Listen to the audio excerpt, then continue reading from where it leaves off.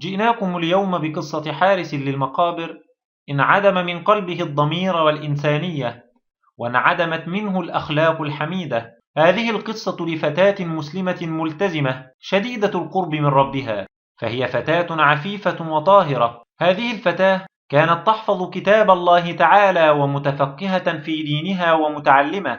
كل هذه الصفات الحميدة اجتمعت في هذه الفتاة الجميلة، ولكن الله تعالى أن يختبرها، فلا يبتلي الله تعالى إلا عباده الصالحون.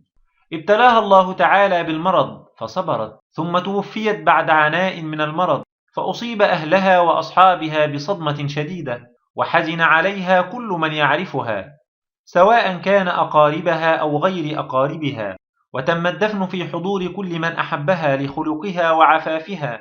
وبعد فراغهم من دفنها رجع الجميع إلى بيوتهم، ورجع والديها في حزن شديد. ولما نام والدها رآها والدها في منامه تصرخ وتستغيث وتقول: يا أبتاه، أنقذني أنقذني.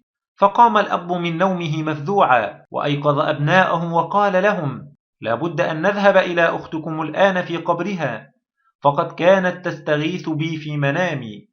فخرجوا جميعا متجهين إلى مقبرة ابنتهم، وإذا بهم قد فوجئوا أن قبر ابنتهم مفتوحا وابنتهم ليست فيه. فذهبوا إلى حارس المقبرة ليسألوه عن ذلك، فإذا بهم وقد وجدوا جثة ابنتهم في غرفته ويستعد لاغتصابها، فقاموا عليه مسرعين بالضرب وكادوا أن يقتلوه.